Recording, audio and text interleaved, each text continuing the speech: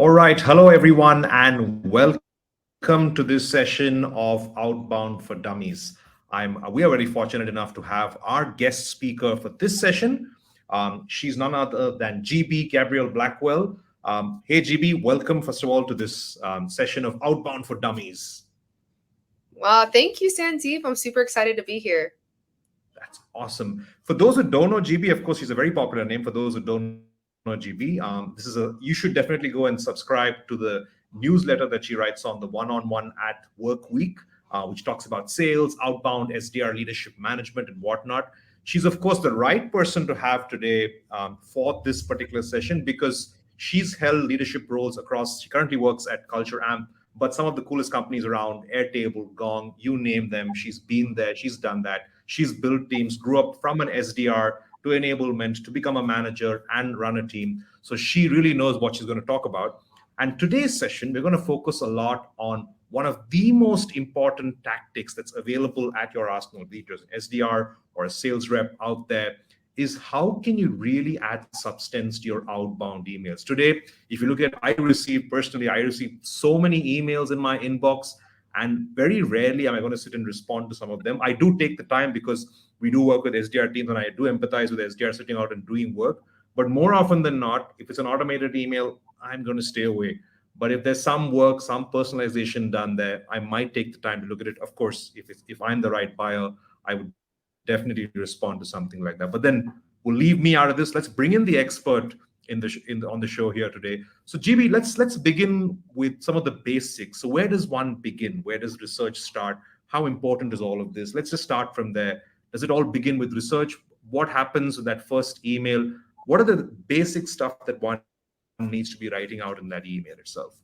Yeah, absolutely. So I think there's a couple of things. There is, first and foremost, like if we're doing outbounding, it's typically you're going to have a specific book of business, whether that's 50 accounts, whether it's 200, 300 accounts or more. So I think the first thing that starts off is really making sure that you're prioritizing your book of business. So that way, when you are going to work an account, you know, based off of your research, based off a little bit of just checking and auditing your book of business, this is a really great account to work. And it's not just you trying to check off an activity to appease your manager. Then I think the second part of this is then digging in a little bit more and wondering why is this account a really great account to prioritize? And so there are certain things that you can look at, such as what's happening at the account from an insights lens. So if you have Sales Navigator, for example, I always love to go into Sales Nav, go onto the account page and click on the insights. Are they growing? Do they just have layoffs? Like, are there specific areas in the business that they're investing more into? That's part one. Then the second part that I want to start to think about is, all right, well, why are these investments happening? Right? Well, like, let's say if a company is doubling down on their investment into engineering and that's showing up or that's manifesting because they've grown their headcount in engineering and they have a bunch of job openings for that. Maybe I just want to see, all right, like, is there an effort that they have to launch a new product line to diversify, not diversify, but like, are they trying to grow globally? Are they trying to grow into a different market? Like, is there some kind of research and development kind of initiative that they have? And then the next thing that I can do from there is, let's say if there's a job opening, I can go and see very specifically, what are they trying to accomplish? What are the jobs to be done? What are the initiatives that this is going to support? So like I'm kind of just trying to find one breadcrumb, which is the company is growing in a specific area. And then I want to go and keep on following those breadcrumbs to see, okay, well, what are they trying to do? What is the initiative? And then once I've done all of that, that's where I can really start to identify where can our company, our solution, support them and what they're already trying to do. So if I'm like, hey, Sandeep, I see that Outplay specifically is growing in engineering. I see that you hired a bunch of folks in a different region. Could imagine potentially like this is because you're trying to break into a new market. Actually, it's not a potential. I saw it in a press release. We've helped companies just like you do X, Y, and Z, supporting their growth initiatives. I'd love to explore if and how we can do something for you as well. Are you open to a conversation? So you'll notice that everything that I'm talking about it's already what's going to be top of mind for them. They're posting about it, they're publishing about it, they're probably having those conversations internally. So when they get an email that talks to that, they're probably going to be much more likely to go, ooh, maybe I should be considering this, given the fact that this is the utmost priority at our organization. So I think it's really about, like, you want to find one breadcrumb, do a little bit more research, whether it's SalesNav, Google, their jobs page, their website, whatever it is, and start to see if and how you can string together some kind of strategic narrative, align your a tailored value proposition to what that strategic narrative is, right? And then ask a question to start the conversation. Awesome.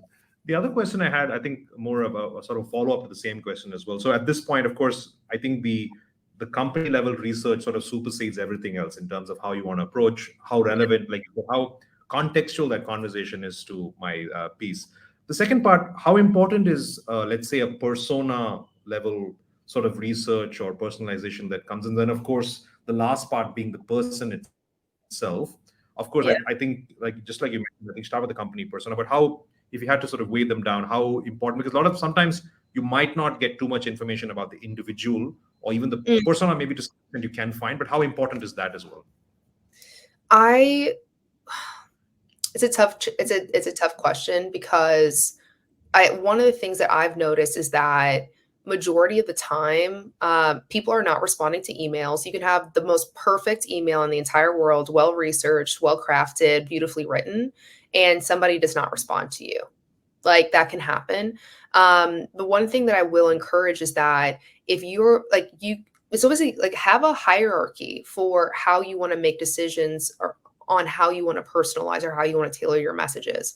So your decision tree, so like your decision making tree could go something on the lines of, if I see that there's something interesting about the account, right? Then I'm going to use account information, right? If I see there's something interesting about the account and the jobs to be done, I'll use both, right? But it might also be like, all right, if I see something at the account and I don't see anything about the person, like on their page, but I know they have the right title, all right, I'm going to tailor to the company. I'll do a persona-based value prop, right? And if I can't find anything whatsoever, then I'm probably going to do more of a scaled campaign for this person. Like, so if I can't find anything on the account, I can't find anything on the person, it might not be a great person to go after or a great account to go after, very honestly. So I think it's just more so like making sure that you have some kind of decision-making tree for if this, then that. But also, like, that decision-making tree can also go for, if you have a really great account, you have to recognize that it might take like 2 or 3 sequences or cadences before you actually get a response that takes you somewhere. So that means that you don't need to shove everything down in your first outreach, right? Like, have your first cadence be something that's based on the account and see what happens. All right. Once you run through that cadence, maybe you pause for 30, 45 days, and then you're going to do a second cadence after that. And now tailor it to the person. Or is there authored content by that person? Were they on a webinar, on a panel? Is there something they posted about? Is there something in their About Me section or under their title?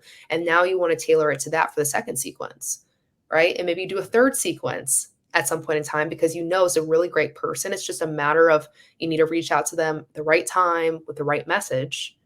And so that might be one where it's like, you see something fun on their page that they follow Brene Brown, and maybe you just read one of her articles and you're like, hey, really resonated with this. Here's something I read that seems really interesting, especially given your focus on X, Y, and Z.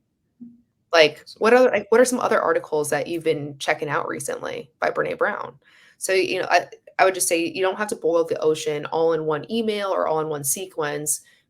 Sometimes you have to play the long game. A lot of times you have to play the long game, and the majority of the responses that you get don't come until the second or third sequence from people. I love this, but I might be jumping a few questions here. Okay.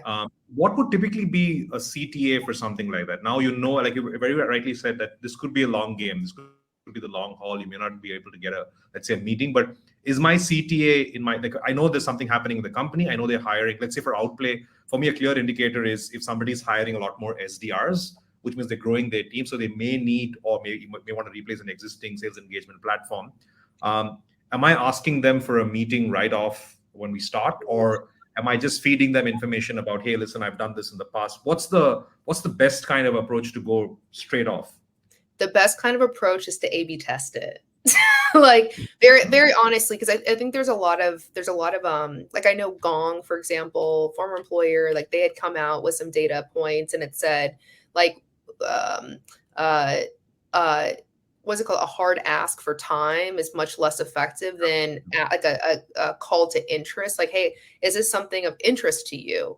Right. So Yeah. you have that for outbounding, but then what's up happening is once you're actually engaged with someone, you don't want to ask like, are you open to this? You want to ask them for a hard time. So that being said, though, that data, if I'm being very honest, is old, right? It's like that was information from many years ago, and also like that might be, and that's coming from the some of that stuff might not be applicable for your company. So I think the most important thing is that you're A/B testing and you're coming up with your own data points. So let's say you just want to test like, all right, hey, like I want to try just plain out asking for time, right? Like, hey, are you open for a conversation on this day, like 2 days from now, right? Or 3 days from now? Try that out and see what you get.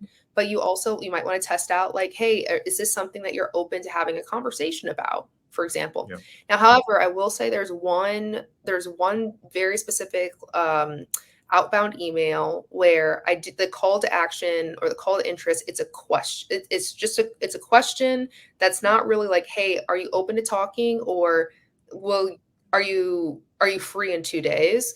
So let's say if I'm doing my research and I see that there's a press release or there's an article that like there's somebody from my target company who's quoted in that article, and it has anything to do with some kind of business initiative that company has that we can support. What I'll do is, so I'll probably go, hey, Sandeep, like I, saw your, like read this article and saw your quote, insert the article or insert the quote. And then I'll ask a challenge question. So let's use the example, hey, the company is growing their sales team by 2x, for example, right? So it's like, and it's to support breaking into a new region. Or to support their GTM initiative. So I might go like, hey, Sandeep, I really appreciated your quote, talking about Outplay's like 2x increase in salespeople to support these initiatives. And let's say if I'm selling some kind of enablement or sales engagement technology, I might say something along the lines of, how are you thinking about standardizing out your outreach success as you grow out your sales team? Yep. Right? Like, so I'm not asking you for time. I'm not asking if you're interested. I'm asking you, how are you thinking about a common challenge that a lot of people are going to face? And the intention behind this is I want to insert just a little bit of fear, uncertainty, and doubt. Nothing scary, too scary, but just enough. So like because if you're the C-level person who's quoted in this article, you may or may not know. And I'm playing on that. But what's going to happen is you're going to go and you're going to reach out to your directors and you're going to reach out to your managers or to the one person, right, on your team who's handling the tactical things. And you're going to go, hey, like, how are we doing this? Do we have this figured out? Should we be looking at this thing? Yeah. That's really so typically that's like if I'm going after a high level executive who's quoted in an article, and I'm like, you're doing this already. And I just want to ask a question of how are you thinking about fill in the blank challenge, right? As your company is fill in the blank initiative. And typically typically it's like people don't respond back saying, hey, here's what I'm doing. They'll typically respond back saying, send me more information. Yeah. Yeah. And with that, you've got them in and you almost reel them in, because then there's a open up. I mean, they're literally having a conversation with you at that point. Yeah. They're just, because again, I'm trying to just ask a question that gets them, like, I just imagine if someone's in their email and like what's top of mind for them is, all right, we need to break into this new market. We need to launch this new product, right? It is tied to the company's biggest initiatives, and you're going to know they're big initiatives because they're talking about it online. They're doing press releases, right? They're trying to build demand. So there's so much that is contingent upon this program being successful for the company's success. So it's going to be top of mind. And that also means that people are going to want to be aware of potential risk and get ahead of that if they can. So if your solution can help them mitigate risk that they may not even be aware of, right? Like you're getting to their latent pains, not just the top 4 things that are top of mind. This is where you can really get them to start going, are we thinking about things the right way? Right? Doesn't mean they're going to buy, doesn't mean they're going to have budget or anything like that, but they might just go, you know, it might not hurt just to make sure that we've checked all our boxes. So let's go and talk to these folks. You're asking, it's more like a call to insight, right? Than a call to interest. Yeah. I love this approach. I mean, of course, all the other approaches as well work. And traditionally, folks will try the first 2 that you mentioned. But I love this approach about sort of engaging, drawing them. The next question, I think you probably already answered that, is also with outbound emails. When you really have, that's literally your opportunity most of the time to make that first impression. How do you find an in with the prospect? Like, what's that gate? Of course, I think you gave the best example in the previous thing itself, but then the question is like basically how do you penetrate? How do you get engagement with the account? The simple answer is by any means that is morally and ethically sound, like by any means necessary. So I like some of this stuff is this is what I tell my reps. I go like sales in general and especially outbound prospecting. It is a profession of educated guessing. Like there is no, all right, if you do this one thing, it's going to work all the time. It's going to be you're experimenting and you're trying to pull. You're pulling. You just need to understand what your levers are, and then start pulling them to see which one is going to open up the floodgates for you. So sometimes, like if you're really lucky, you have, let's say you have an account and you see that there are people who are engaging with your. So I'd always say start off with like, who are the people who are already engaging with your account? So, or with your company. So this might be people who are following your company on LinkedIn. If you have Sales Nav, you can see that. These might be people who've come in as marketing leads, for example. So maybe they downloaded some content, they attended a webinar. Maybe it's folks who have requested a demo in the past. Maybe you can see that there are people at your prospect accounts who have previously worked at companies who are current customers of yours. Or maybe there's people who are connected to your coworkers or someone who is a second degree connection on LinkedIn, and the person who's a linkage can introduce you. So I think like that's one way you want to look at it and go, okay, who are the people that I'm only 1 degree away from connection wise? And I'm going to go focus on those folks. Then to me, there are your like target personas. You're like, all right, cool. I want to go and I want to see like, all right, I've got these people who I know are really great fits and I want to start approaching them. But again, you're kind of asking yourself, like, who are the people who are maybe the most likely to engage at this company?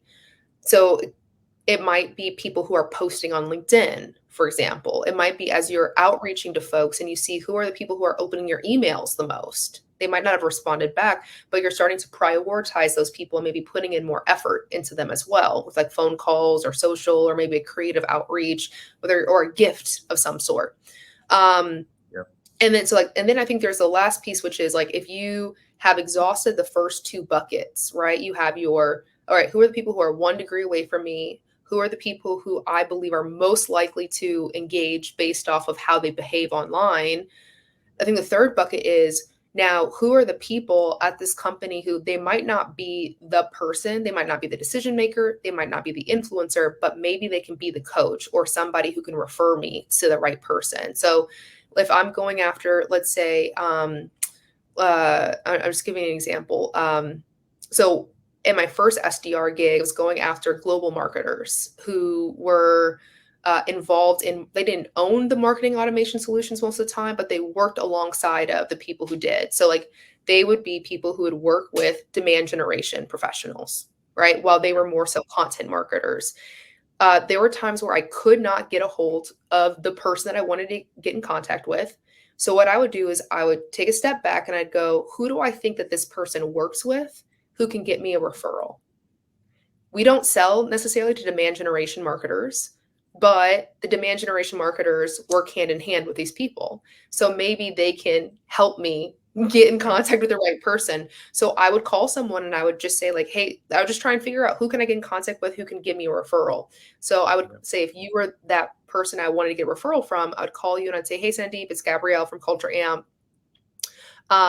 Listen, I know you are not the right person to talk to. Right. And I'm just wondering if you can help me out. Cause I'm like, I'm not trying to sell you. And they'd go, okay, like what's going on? Right. Their defenses are down. And then I'd say, hey, like, I think that John over here might be the best person to talk to about this thing. I'm not really sure though. How would you recommend getting in contact with the right person? And so I'm just looking for like who can help me navigate to the next step. So that's really how I think about it. It's like look at the people who already know who your company is, who might be more likely to engage with you, who are like the really great people who are good fits like on paper. And then you can use some kind of discernment mechanism to decide like which ones are more likely to engage. And then you have the really cold folks. And then the last piece of this is who are the people that could potentially just help you get in contact with the right person if you're unsuccessful in those first two buckets. Yeah, this is awesome. I love one as an opportunity to pivot here as well. Now, in terms of, you mentioned greatly here, we're saying, well, if I have to categorize this a little bit more, you have decision makers, you have influencers, and you have folks who can lead you into some of these packs. Contextually, of course, the emails are very different for all of them because decision maker, you're really asking for something. Here, you're asking to navigate your thing. Would the way you write change dramatically in a sense that I'll sort of maybe I'll put that question again. For example, we all know that C-level folks, for example, don't like reading long emails. They like something crisp, short, to the point, and whatnot. Do those things matter as well when reaching out to, let's say, these sort of groups that we're going after? So I don't think anybody likes reading long emails, if I'm being very honest. Like point me to someone who enjoys reading emails and I'm going to say you're a weirdo.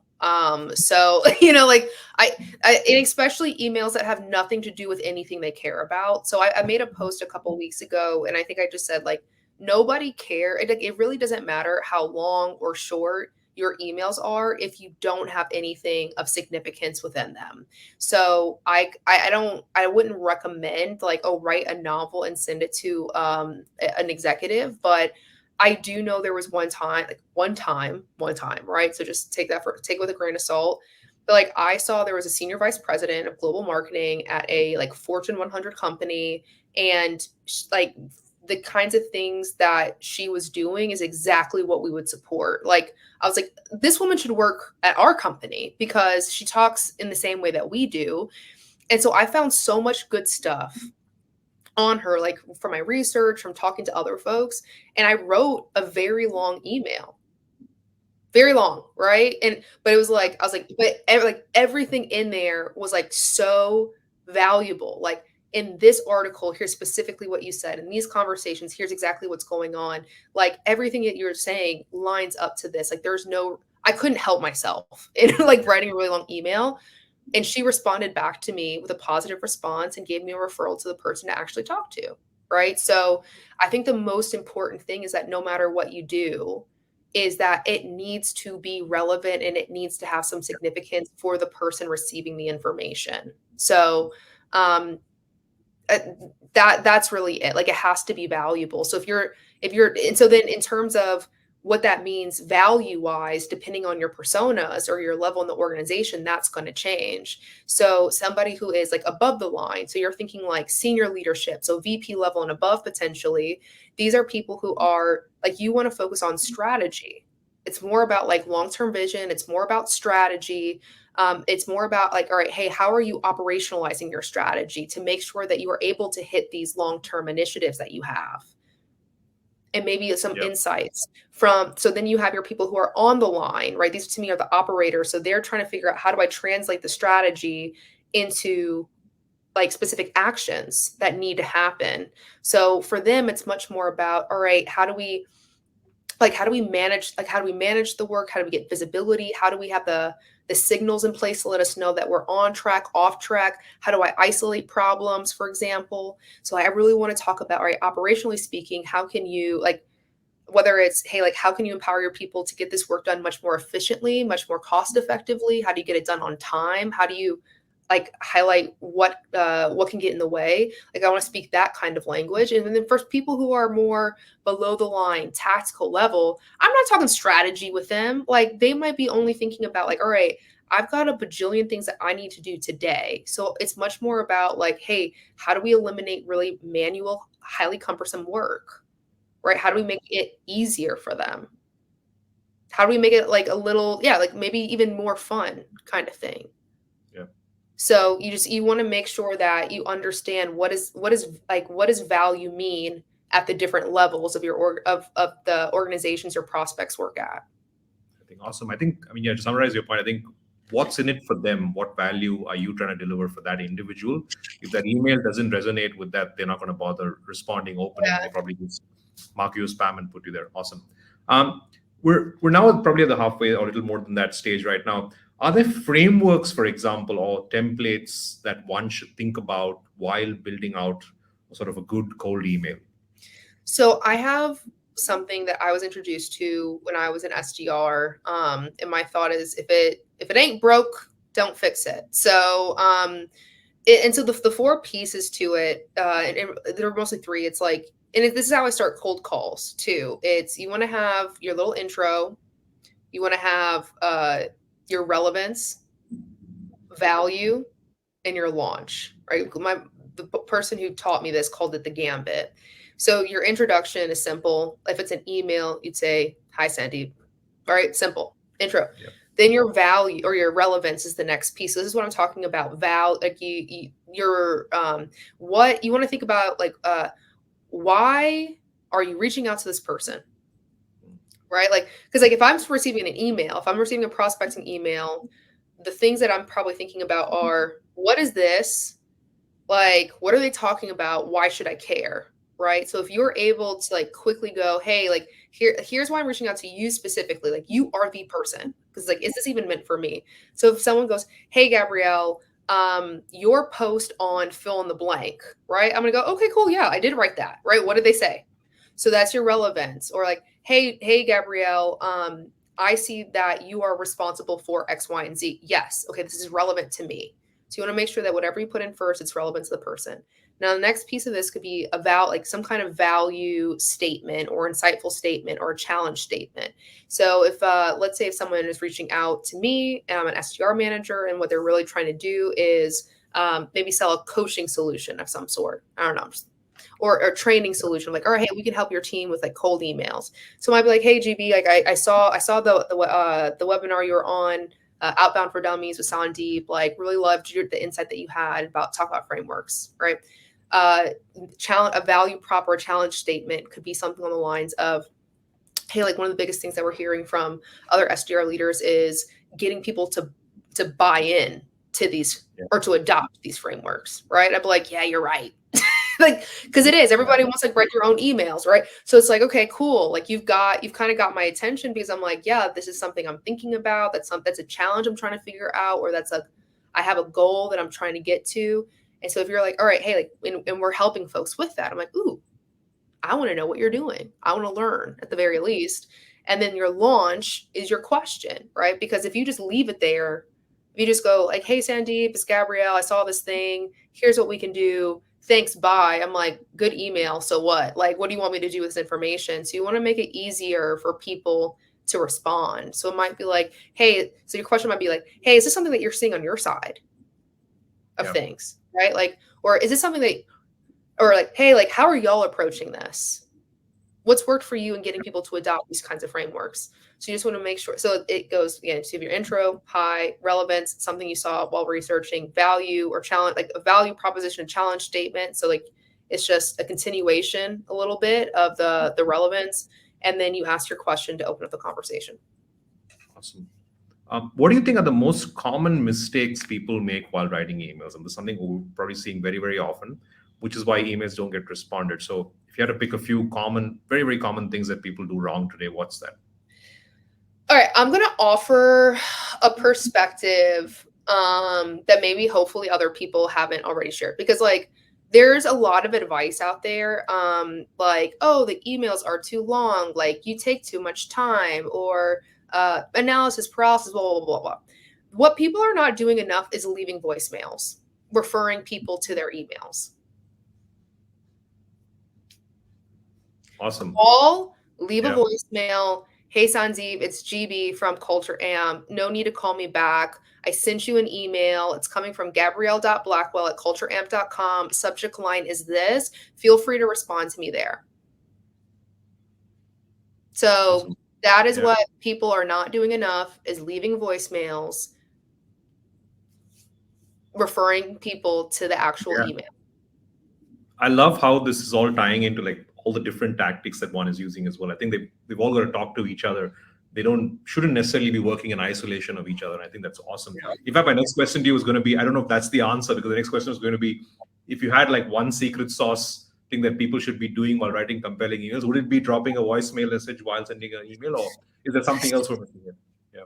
The secret, so man, it's tough because it's also like I've been managing outbound teams for forever now. So I'm like, there really is the secret sauce is not one email like that. Right. That it's not one sequence. It's like, to me, what I see is the people who are successful over time consistently are the ones who are using multiple channels and the ones who are doing follow-ups.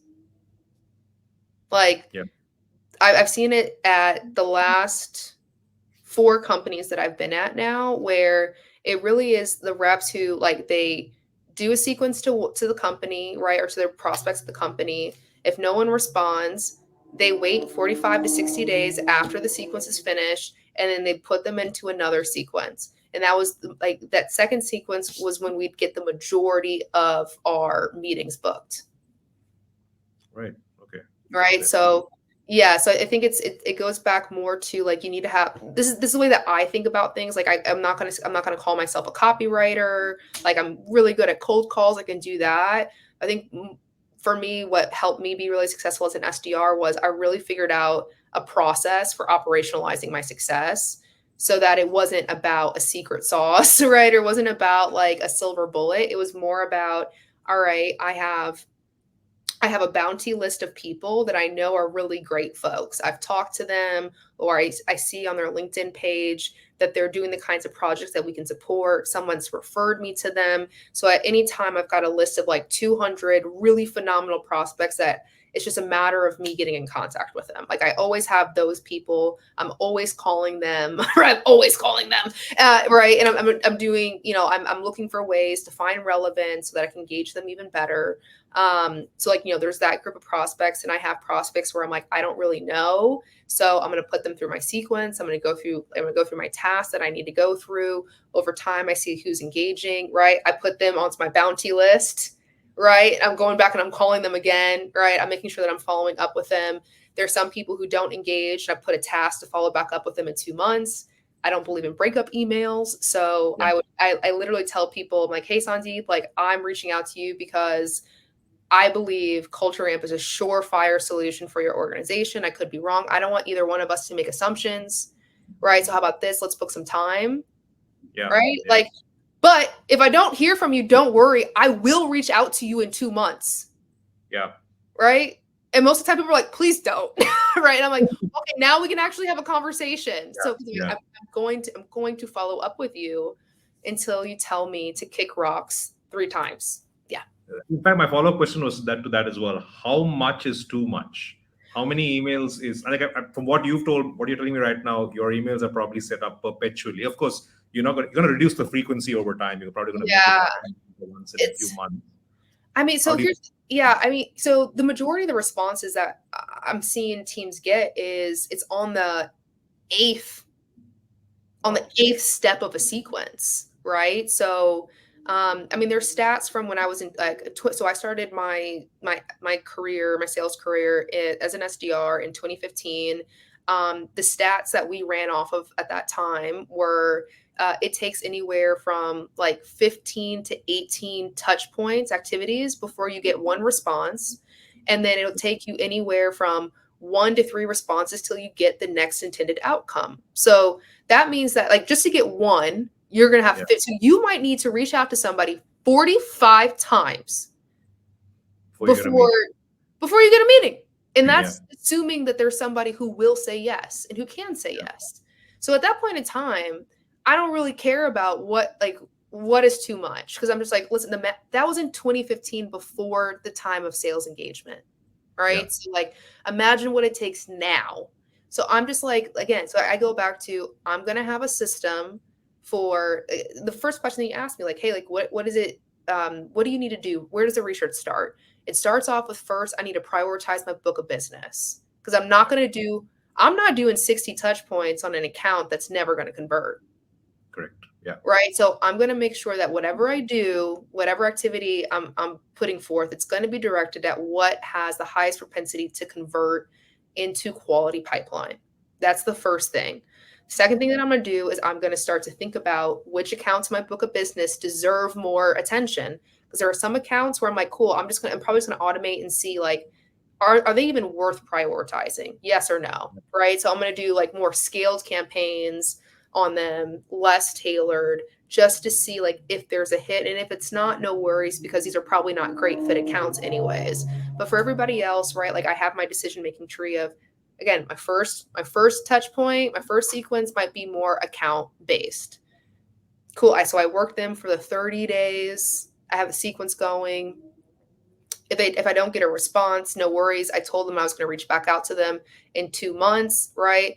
So really, with that model, you can reach out to an account 4 times in a year, because eventually it's one sequence per quarter. Yeah. If they qualify themselves out, they qualify themselves out. Even better, because now I know, like, okay, cool, I actually have a cleaner book of business, right? But most of the time people will say, hey, listen, this is interesting, but like we cannot do this right now. Reach out to me in 6 months. Wonderful bounty list, right? So also, it's like, as I'm going through, I'm also keeping note of what's going on at my target accounts. Did the person that I was reaching out to, did they leave? Did they join a new company? Should I reach out to them now? Right? Like, who else is coming in? So I'm just, again, there's so many things going on in Outbound that you really, it's so important to be able to create an operation that allows you to understand what's a priority, what are the different data points that you can personalize and tailor on. It doesn't have to be everything right away, right? And then how do you have a system for prioritizing the people who are top-notch folks that you should be actively calling, right? Like, often. And when you see something relevant that happens, you send them an email. And you send them a social touch point. Maybe you send them a video, right? So hey, I'd love to send you a coffee gift card and just chat. Right. Yeah. Awesome. Now let's move to the learning side of things, right? So what should managers, SDR managers themselves, do to sort of enable their teams to be more successful with emailing, with outbound emailing? Are there specific things they need to do? Of course, everything that you mentioned before, maintain those frameworks, keep those structures in place, know whom you're selling to, figure out your book of business. What learning should managers sort of give to their teams today? So I think the things that can help SDR managers, or just manager, like if you can be a sales manager who's managing a team of AEs who have some reason to outbound, right? It's because maybe it's part of their quota, or it's just something that it's part of their KPIs. I think the first thing that you always want to make sure is that you have a performance goal associated with email. So it might be like, hey, we really want to make sure that we have a goal of open rates being this much and reply rates being this much, and we really want to bank on having X number or X% of positive replies. So you want to make sure that you have some standards and benchmarks, because this is what's going to let you know whether or not your team is like meeting expectations, and then you want to ask some questions as to why, right? But it also gives you the opportunity to see if you're falling below.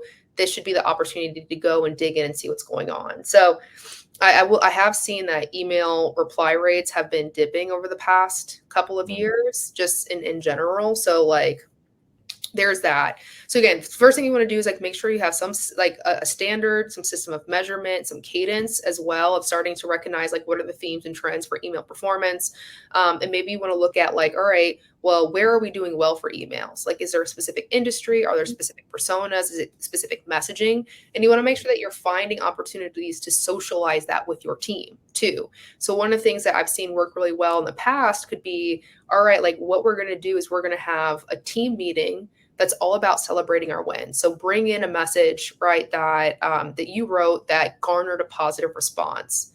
And let's break it down. What was the research? Like, and some of the stuff might not even be about the email. It might be about what's going on with the account, right? Yeah. And the research that you found. So it's like, cool, like, so now you're so what you really want to do is you want to encourage your reps to build up that conscious competence of understanding why things work when they work. Yeah. And so in their team meetings, it's more about the reps saying, hey, like, here's what I did. Here's what worked. And what ends up happening with the rest of your team is they're like, ooh, okay, now I understand why that works. And they're going to go and they're going to try that out and they're going to come back. They may or may not have the same level of success, but they might be inspired to try out some new things. So if you are creating spaces of like, all right, hey, here's our benchmark. Here's where we're falling behind. Hey, team, I would love to see what people can do. Or like, let's test this out. Like, I would love to see what kind of approaches can be had that will start to positively impact reply rates. We're going to meet back up in 2 weeks. I want to hear what everybody has to say, right? I want to hear what your results were. I want to hear what you did, why you did it, and what your results were. Like, why do you think it worked? Why do you think it didn't work? Right? And then what are you going to do differently? So really what you're doing is you're cultivating a culture of continuous improvement. Because like if you have one persona sequence that worked last year, it probably doesn't work anymore, right? So like what you really want to do is you want to inspire people to continuously look for opportunities to improve. You also want to encourage them to create systems for them to appropriately A/B test their work too. So they're not just like guessing and hoping for the best, but they're really cultivating this kind of scientific method of iterating in their performance. And I think the last thing that you can do in terms of like, if you're not at that point in time, this is something I did in my last company is on Fridays, we would do like it was called email hot takes. And what I would do is I'd ask people to submit. So either they could submit an email or we would workshop the email during that time. So if people submitted an email, it's like call reviews, like, all right, we're going to do a call review. We're going to go around and provide feedback. So people would drop an email. They would have the person's like, they'd go, here's why I was reaching out to this person. Here's their link. And so then people would gather around and we would give feedback on the email, right? Or if we did it again, if we did a workshop, it'd be like, cool. Like, and so we would start from the beginning of what's the research, why, then how do you plot that into an email and why and how? And so what we're really doing again is we're cultivating that conscious competence for people. So they have the context versus it just being use this template and go. Awesome. One other question I want to ask you in the same context, right? So who writes the email in the first place? Do managers or does an enablement team or marketing team, for example, sit down and figure out like, hey, or maybe it's just here are templates that you can use. Now go and sort of make it your own. Is that the best approach, or is it like, hey, here, just figure it out yourself? What would you recommend is the best approach there? So that might, okay. So me personally, this is a personal thing for me is I'm much more of a wanting to cultivate an environment of continuous improvement. So what this means is I will enable the team with the foundational items with the expectation that it will evolve over time. So I think it can be really challenging for, let's say, if you have like new SDRs who are joining your organization and they're expected to come up with everything from scratch. I don't think that's setting them up for success, but I do think if you're able to give them some foundational items. So like what I did when I came to Culture Amp is like, all right, we don't have any persona-based sequences. Everybody's creating their own sequences, but we also need to start adding more prospects into sequence. So it's like, all right, but we don't have the capabilities to do that. So it's like, hey, like, let's just start off. And I want everybody to have some persona-based sequence. And like, in this way, you can start to grab and go. All right, cool. Now, 3 weeks later, let's review the results and see what's going on. So I'll have those conversations with my team and they'll say, hey, GB, like I'm using the persona-based sequence. I'm not getting the responses that I'm really trying to get. Okay, Sandeep, like where do you see opportunities to improve and why? Mm. It's we'll work together. It's like, right, cool. Like now we're at this next level where, it's more, again, it's more about creating a culture Yeah. of we have the opportunity to experiment in certain areas. Doesn't mean that we completely throw away what we did. It's more like let's just build off of it so that we can learn over time. So that's really what I prefer to do. There's pros to it, there's cons to it, but I think a Yeah. lot of it is going to be dependent upon like what kind of culture do you have. If you just need people to like just speed through and press send and you don't really want them thinking about how to make things better, then you're probably going to have a bunch of templates and they're just going to use that, right? They're not, that's Yeah. all it is. However, if what you really want is to, and especially if it's a company that's like growing too, like you'll want to hire people who want to make things better, right? So if you have people on board who are like, they have ideas, they're creative, they want to improve things, right? They love to grow, they want to experiment, and then you say you can't, like it's going to be a mismatch. Yeah. We're almost there towards the end now. I think this question is sort of a two-parter here. One is, of course, tools that teams need. I think by basis, a sales engagement platform will probably be there in most organizations. But what about AI and AI tools, and what role do you feel AI is going to play here? Now, with today, most engagement platforms or similar platforms also have a component of AI in them. Where do you feel AI will play a role? How does this make the life of an SDR or a sales rep better, given that we have all of this tech available today right now? So I think there's a bunch of different use cases for AI within the SDR role, and there's already like technology that exists out there for where they're baking AI into it. So like take Reggie, for example, right? So they're, and Lavender as well, where it's like, okay, it's going to generate some kind of email for you. And I think for certain reps, that's going to be a big positive for them because there are people where their biggest blocker is just, I have all this research and I don't actually know how to put it together into an email. I think that's where like something like those kinds of technologies can be pretty helpful. That's one use case. I mean, there's of course the use case of, all right, I'm going to have a series of prompts and I want ChatGPT, for example, to craft a message for me. I'm not going to say that I'm a ChatGPT expert by any means. I think it's kind of fascinating. But like, I like to write and I feel like I'm a strong writer too. Do I want to outsource that to AI in the way that it is right now? No.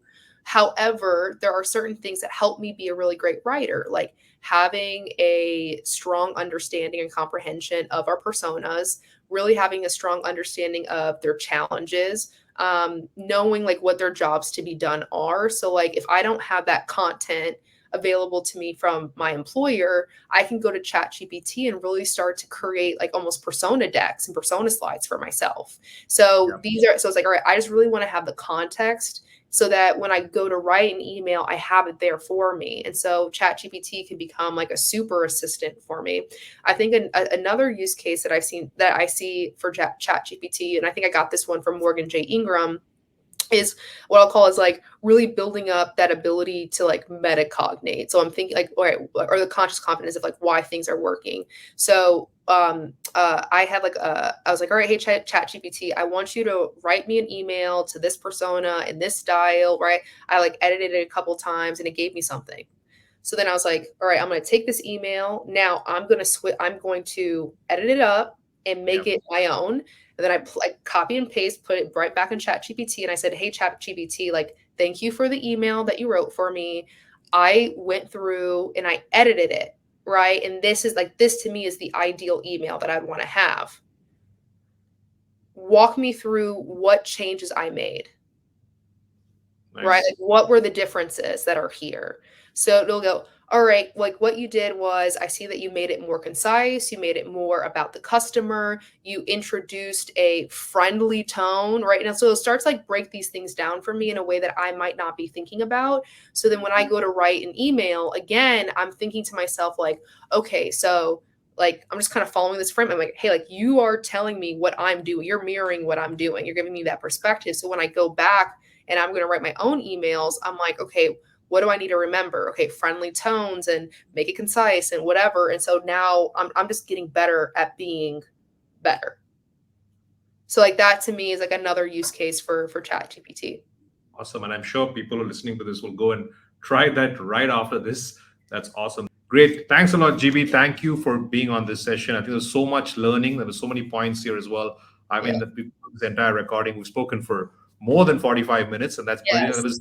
There's always some nugget of information right through. And I'm sure after this, folks are going to go out there, try out their emails, really get down, build those frameworks that's required, and I'm sure be more successful with email.